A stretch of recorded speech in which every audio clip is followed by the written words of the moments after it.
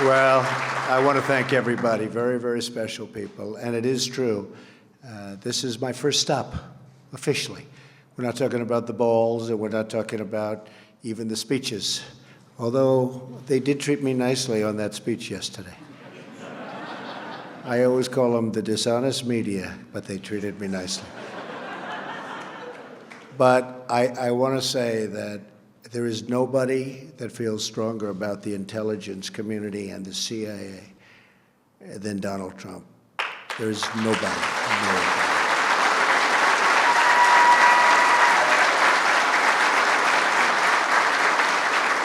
And the wall behind me is very, very special. We've been touring for quite a while. And I'll tell you what, 29? I can't believe it. Oh, 28. We better reduce it. But that's amazing. And we really appreciate what you've done in terms of showing us something very special. And your whole group. These are really special, amazing people. Very, very few people could do the job you people do. And I want to just let you know, I am so behind you. And I know maybe sometimes you haven't gotten the backing that you've wanted. And you're going to get so much backing. Maybe you're going to say, please don't give us so much backing. Mr. President, please, we don't need that much backing. But you're going to have that, and I think everybody in this room knows it. You know, the military and the law enforcement, generally speaking, but all of it, but the military gave us tremendous percentages of votes. We were unbelievably successful in the election with getting the vote of the military. And probably almost everybody in this room voted for me, but I will not ask you to raise your hands if you did. But I would guarantee a big portion, because we're all on the same wavelength, folks. We're all on the same wavelength, right? Who knows? Took Brian about 30 seconds to figure that one out, right? Because we know we're on the same wavelength. But we're going to do great things. We're going to do great things. We've been fighting these wars for longer than any wars we've ever fought. We have not used the real abilities that we have. We've been restrained. We have to get rid of ISIS. We have to get rid of ISIS. We have no choice. Radical Islamic terrorism, and I said it yesterday, has to be eradicated just off the face of the earth. This is evil. This is evil. And, you know, I can understand the other side. We can all understand the other side. There can be wars between countries. There can be wars. You can understand what happened. This is something nobody can even understand. This is a level of evil that we haven't seen.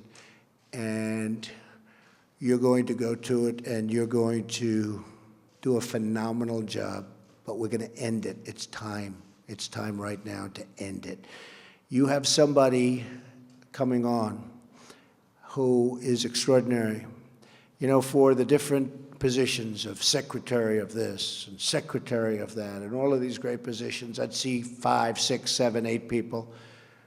And we had a great transition. We had an amazing team of talent. And by the way, General Flynn is right over here. Put up your hand, Mike. What a good guy.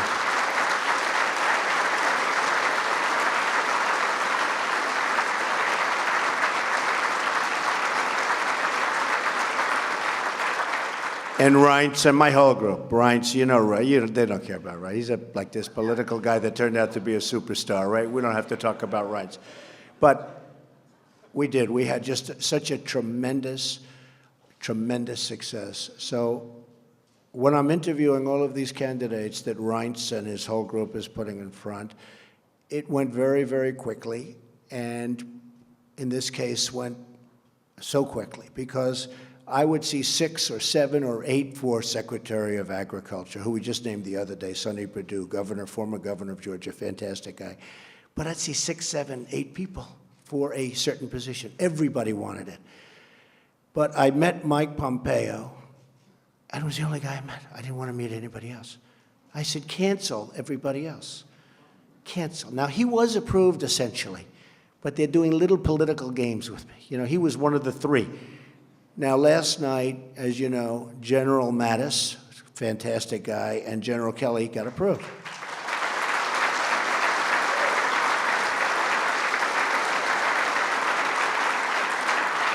And Mike Pompeo was supposed to be in that group. It was going to be the three of them. Can you imagine all of these guys? People respect, you know, they respect that military sense. All my political people, they're not doing so well. The political people aren't doing so well, but you. We're going to get them all through, but some will take a little bit longer than others. But Mike was literally, I had a group of we have 9 different people. Now, I must say, I didn't mind canceling 8 appointments. That wasn't the worst thing in the world. But I met him, and I said, he is so good. #1 in his class at West Point. Now, I know a lot about West Point.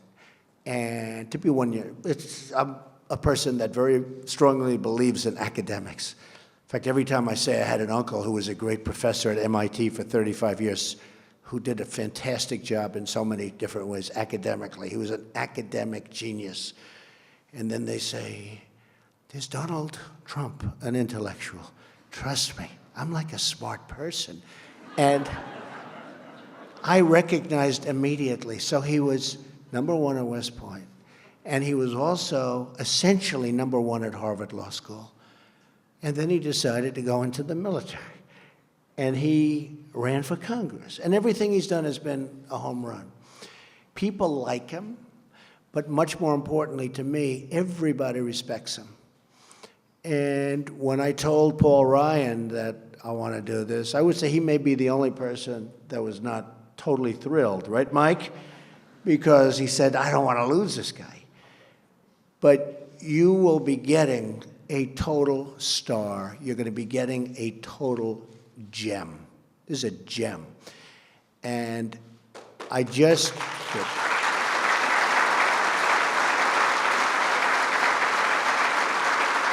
You'll see.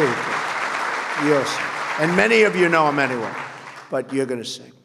And again, we have some great people going in, but this one is something going to be very special because this is one, if I had to name the most important, this would certainly be perhaps, you know, in certain ways you could say my most important. You do the job like everybody in this room is capable of doing. There can be, and the generals are wonderful, and the fighting is wonderful, but if you give them the right direction, boy, does the fighting become easier. And boy, do we lose so fewer lives and win so quickly. And that's what we have to do. We have to start winning again. You know, when I was young, and when I was, of course, I feel young. I feel like I'm 30, 35, 39. Somebody said, are you young? I said, I think I'm young.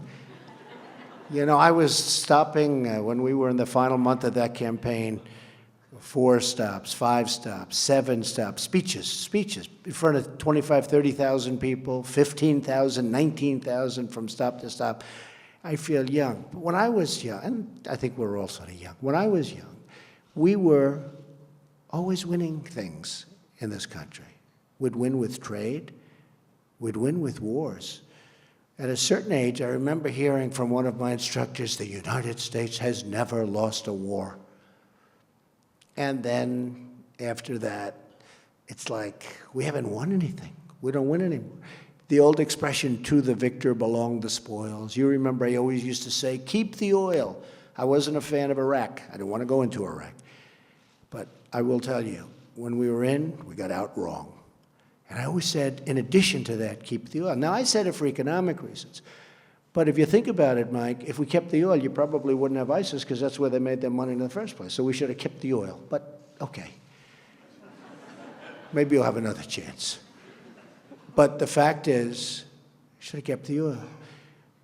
I believe that this group is going to be one of the most important groups in this country toward making us safe, toward making us winners again, toward ending all of the problems. We have so many problems that are interrelated that we don't even think of, but interrelated to the kind of havoc and fear that this sick group of people has caused.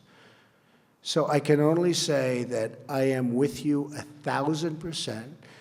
And the reason you're my first stop is that, as you know, I have a running war with the media. They are among the most dishonest human beings on earth. Right?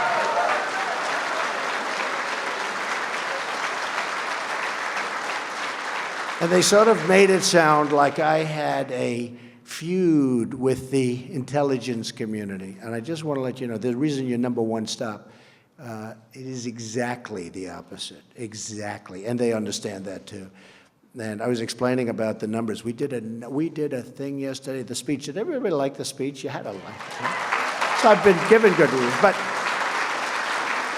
we had a massive field of people. You saw that, packed.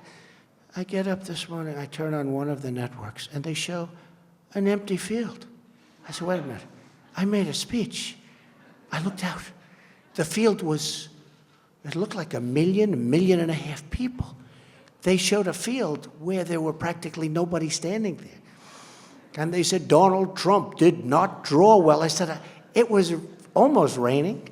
The rain should have scared him away, but God looked down and he said, we're not going to let it rain on your speech. When I first started, I said, oh no. First line, got hit by a couple of drops. And I said, oh, this is too bad, but we'll go right through it. But the truth is that it stopped immediately. It was amazing. And then it became really sunny. Then I walked off and it poured right after I left. It poured. But you know, we have something that's amazing because it looked like 1.5 million people, whatever it was. But it went all the way back to the Washington Monument. And I turn on the thing, and by mistake, I get this network. And it showed an empty field. And it said we drew 250,000 people. Now, that's not bad, but it's a lie. We had 250,000 people literally around, in the little bowl that we constructed. That was 250,000 people. The rest of the, 20-block area all the way back to the Washington Monument was packed. So we caught them, and we caught them in a beauty. And I think they're going to pay a big price. We had another one yesterday, which was interesting. In the Oval Office, there's a beautiful statue of Dr. Martin Luther King. And I also happen to like Churchill, Winston Churchill. I think most of us like Churchill. Doesn't come from our country, but had a lot to do with it, helped us, real ally. And as you know, Churchill's statue was taken out, the bust. And as you also probably have read, the Prime Minister is coming over to our country very shortly, and they wanted to know whether or not I'd like it back. I'd say absolutely, but in the meantime, we have a bust of Churchill. So a reporter for Time magazine, and I have been on their cover like 14 or 15 times. I think we have the all-time record in the history of Time magazine. Like if Tom Brady's on the cover, it's one time because he won the Super Bowl or something, right? I've been on for 15 times this year. I don't think that's a record, Mike, that can never be broken. Do you agree with that? What do you think? But I will say that they said, it was very interesting, that Donald Trump took down the bust, the statue of Dr. Martin Luther King, and it was right there. But there was a cameraman that was in front of it. So Zeke from Time magazine writes a story about I took down. I would never do that because I had great respect for Dr. Martin Luther King. But this is how dishonest the media is. Now, big story, the retraction was like where? What, was it a line, or do they even bother putting it in? So I only like to say that because I love honesty. I like honest reporting. I will tell you, final time, although I will say it when you let in your thousands of other people that have been trying to come in, because I am coming back, we may have to get you a larger room. We may have to get you a larger room. You know? And maybe it'll be built by somebody that knows how to build, and we won't have columns. Do you understand that? We get rid of the columns. But no, I just wanted to really say that I love you. I respect you. There's nobody I respect more. You're going to do a fantastic job, and we're going to start winning again, and you're going to be leading the charge. So thank you all very much. Thank you, beautiful. Thank you all very much. Have a good time. I'll be back. I'll be back. Thank you.